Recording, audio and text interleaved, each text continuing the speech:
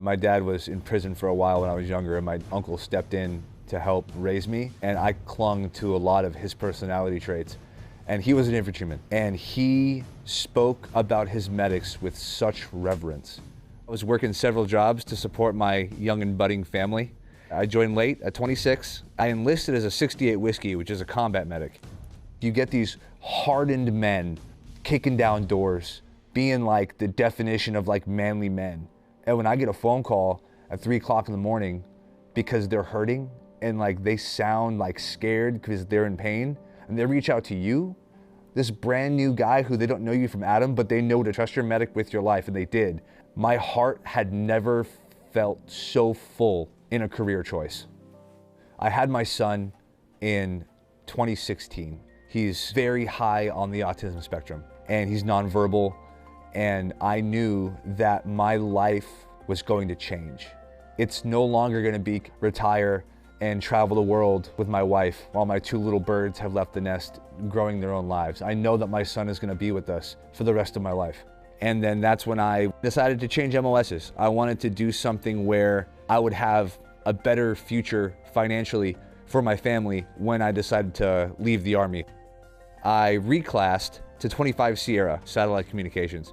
I focused mainly on satellite control. Yes, I did end up giving up something that meant a lot to me, but as a father and as a husband, you kind of just have to play the long game.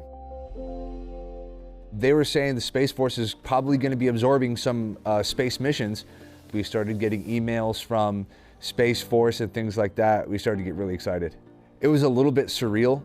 And then finally, when I swore in with Captain Bartley, it was just like, well, it's real now. It's a new frontier, I guess you could say. All right, sir, talk to Squadron. PMEL's funded. I'll have the equipment up there hopefully Monday or Tuesday. It's my turn to build the future. The Force is so young that I am an NCO. This is what we do. We build the Force, and I felt a real sense of pride knowing that I would be there on the ground floor. My current job right now is maintenance NCO IC. So it's a different kind of fulfillment, right? I spent 5 years as a combat medic. I had the lives of people literally in my hands. And if I didn't do my due diligence, there was a chance that people could lose their lives.